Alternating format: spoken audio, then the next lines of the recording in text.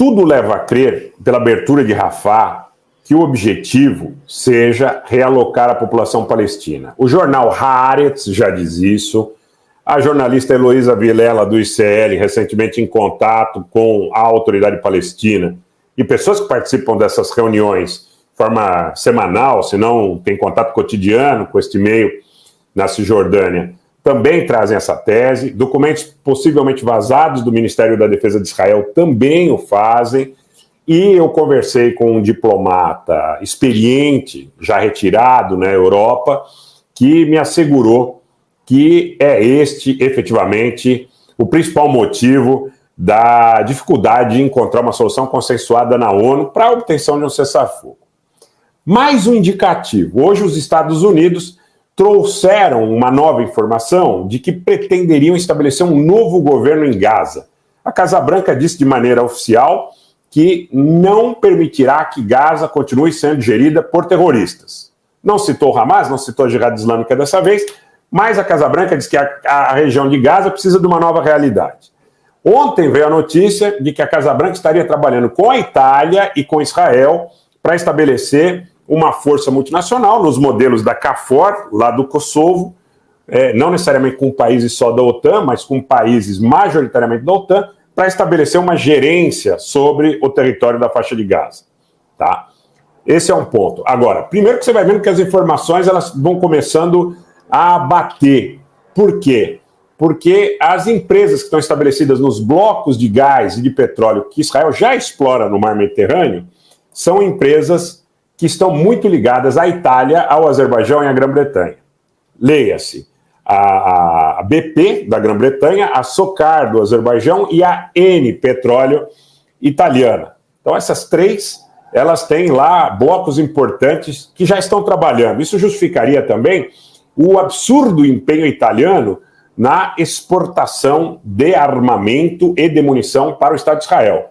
Vou repetir, a Itália hoje é o país da Europa mais empenhado na transferência de munição própria e de terceiros, através dos seus voos de carga para os aeroportos israelenses. Na Europa, o maior fluxo de armamento para Israel tem saído da Itália. Por incrível que pareça, Israel esteve muito envolvido no armamento do Azerbaijão recentemente, junto com a Itália, que também está armando o Azerbaijão, inclusive com submarinos.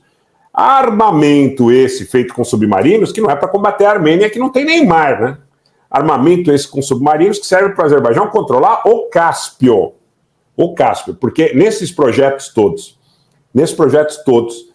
se a gente pensar que o grande hub de distribuição de gás e petróleo seria a partir do Estado de Israel e da faixa de Gaza, o petróleo do Azerbaijão é importante. Então a Itália exporta submarino e material de altíssima tecnologia para o Azerbaijão controlar efetivamente a produção de petróleo no Cáspio.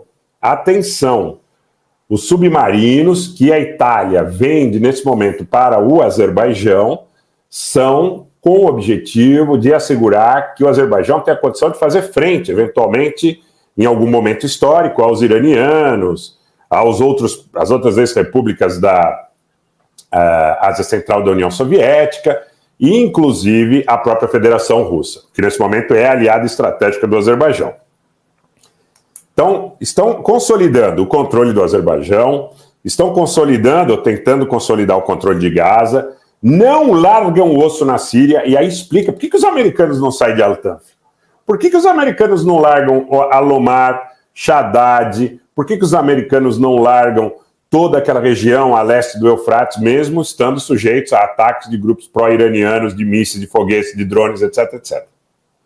Porque é fundamental para o chamado Corredor de Davi, porque é fundamental para a chamada segurança energética do continente europeu por intermédio desses players, por intermédio desses atores, tá? Então, a construção toda, gente, vai caminhar na direção do que eu tenho aqui colocado para vocês há algum tempo. Trata-se de disputa pelos caminhos do gás e do petróleo, pela produção do gás e do petróleo, pelo controle físico e pelas rotas também marítimas de navegação. Esse é o grande embate com a história da Rota da Seda, do Belt and Road.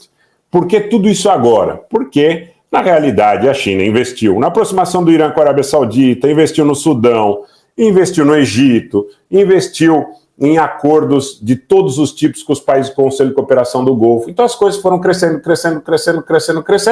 e de alguma forma ficou justo demais o momento para os Estados Unidos em relação a tomar uma atitude para poder brecar esse processo. Eles estão transferindo armamento maciço e pesado para a Arábia Saudita. Então, quando fala, os Estados Unidos está mandando material bélico para o Oriente Médio, está mandando para a Síria, está mandando para o Iraque? Não. Pouco, muito pouco. Está reforçando suas bases na Jordânia, de certa forma, mas está reforçando suas bases na Arábia Saudita.